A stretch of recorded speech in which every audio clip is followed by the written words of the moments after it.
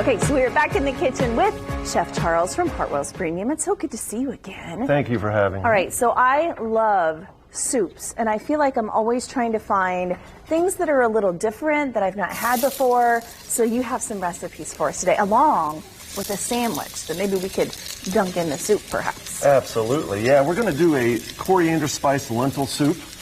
Lentil, you know, not a lot of people use them. People wonder what they are, right? I've eaten them. I've had them. I call them the bean's ugly cousin, right? It's a legume, but it is a superfood. It has lots of protein, fiber. It's a complex carbohydrate. Yeah. So it really is something that's healthy to eat. And so what we're going to do today, I have some carrots, celery, and onion. Carrot, celery, onion, and a little cilantro stems, right? So the stems from the cilantro. Then I have a little bit of fresh garlic. Okay, let me ask you that. Why do you do the stems as opposed to the leaves? Is it texture? Is it flavor? Well, the stems have flavor as much as the leaves do. The leaves we'll garnish with. The stems we can cook with. Okay, but what a lot of people don't know is that coriander is actually the seed of the cilantro plant. So they're kind of tied together here. I did not know that. Yeah, so another thing here, we're going to add our spices. So here's some ground coriander. Okay. And then we have some ground cumin as well. And one thing I like to tell people to do is when they're sauteing their vegetables with the oil, these spices are fat soluble. So you want to do it with the oil. That way you get all of the essential oils coming out. You can already start to smell it as soon as it hits the pan. Smells delicious. Yeah, so we've got all of this sauteing here. And then we're going to add our lentils.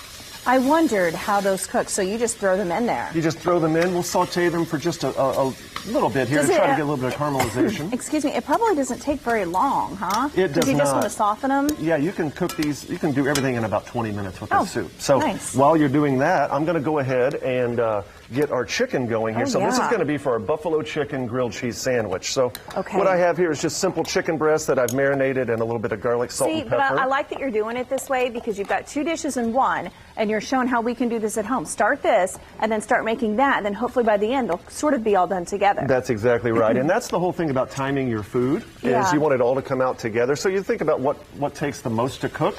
Sure. Right? And then you just kind of go from there. Now, one thing I tell people to do with their chicken breasts like this is buy a big bag, season them up with salt, pepper, and garlic, pan sear them all, and then put them in Ziploc bags, and then now you always have chicken ready. And then when you bring them out, you can flavor them however you want to flavor them, right? That's a good tip. Yeah, so while this is going here, I'm going to add some chicken stock. Now, you can make this with vegetable stock or water even if you wanted to go completely vegan. Yeah. But the chicken stock, I like it. Adds just a little bit of depth of flavor here. Absolutely. And so we're going to let this cook for about 20 minutes or so, and then we're going to puree it. And so it makes a nice, thick, and creamy soup without adding any sort of dairy or cream. This might be a silly question. I don't even know if I should say this out loud, but is there a difference between stock and broth? Not really. It's kind of stock's kind of a fancy term. Okay. Yeah, it's about the same. Is it the same thing? So you could use chicken broth? You could absolutely use chicken broth. Okay. Yeah, stock is kind of a restaurant term or a food service term. Oh, okay. Where we take the bones and we roast them off in the oven. And so it's more of like a homemade. Correct. It's a whole process. Okay. Right. Exactly. Yeah. So we've got this cooking. You saw easily that took right there. That's pretty simple. We'll add a touch of pepper and salt here, and then we always season at the end. I like to start with a little bit of seasoning. And then right before the end, we taste it and finish it with the rest of the seasoning. So you never over-season anything, right? And so over here, we're just going to pan-sear these chicken breasts, get them finished, and then what I'll do is I'll slice them up, toss them in buffalo, whatever your favorite hot sauce is, right? Ooh. And then we're going to make a grilled cheese and put that on there with some Munster cheese and some celery, and then we have our thick and creamy Hartwells Premium Ranch dip. Yeah. Okay, so tell me about this, because you brought this. Now, what's the difference between that and typically what you usually bring on? Obviously consistency because it's thicker, but do you just use them for different things? You can, yeah. It's more for a dip as opposed to a salad dressing. Okay. It's great for a wrap. Like it's a really nice if you're going to make like a turkey bacon club wrap, something like that. Obviously wings, pizza, anything that you can dip anything into. Right. But it is like the ultimate of ranch dips. Right, so. And you can use it for so many things, which I love. Last time you came on, very quickly, you had the ranch, which is one of my favorites, but you also had a new dressing and then some other things as well. I've had people ask me, where can I find his stuff? Like, where can we go if we just want to do a little taste test and add it to our cooking, to our dishes? Excellent. Yeah, we're in most Indiana Kroger stores, but you'll find us in the produce section.